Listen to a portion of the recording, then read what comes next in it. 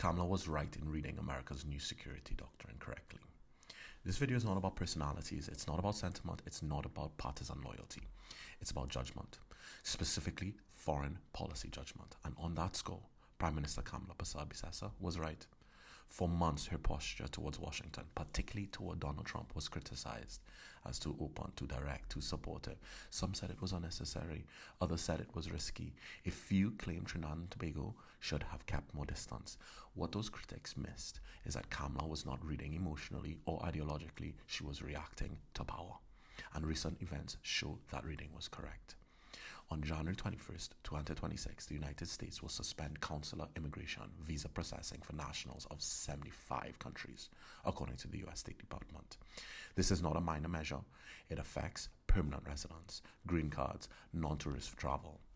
It is a serious tightening of U.S. immigration access, and Trinidad and Tobago is not on that list. The fact is not symbolic, it is strategic.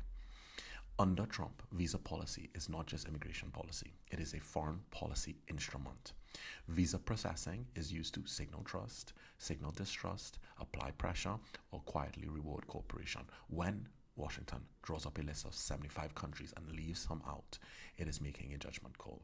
Trinidad and Tobago was judged not to be a problem state. That judgment did not emerge overnight. Kamla's position was clear when it counted.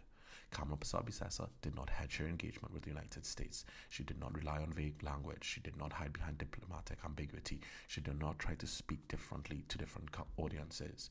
Her support for Washington's regional security posture was visible and legible, especially at a time when many governments believed silence or neutrality would protect them.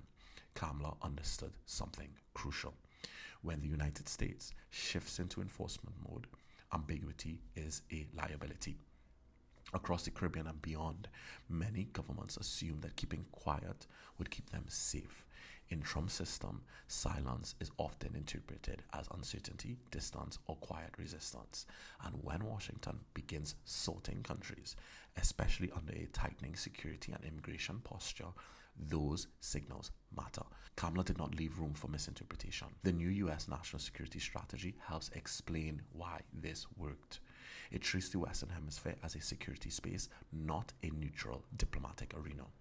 Countries are assessed less by rhetoric and more by perceived alignment and reliability.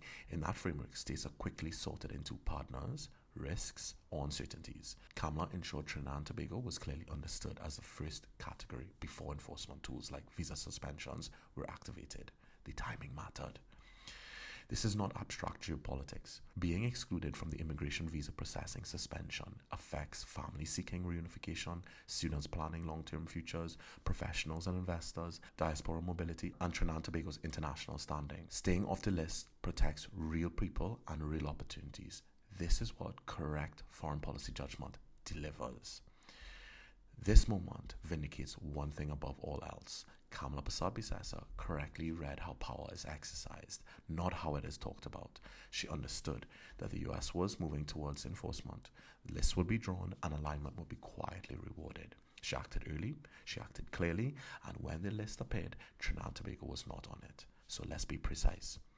The United States suspended immigration visa processing for nationals of 75 countries. Trinidad and Tobago was excluded. Kamla Persad-Bissessar made her position clear well before that moment. The outcome followed.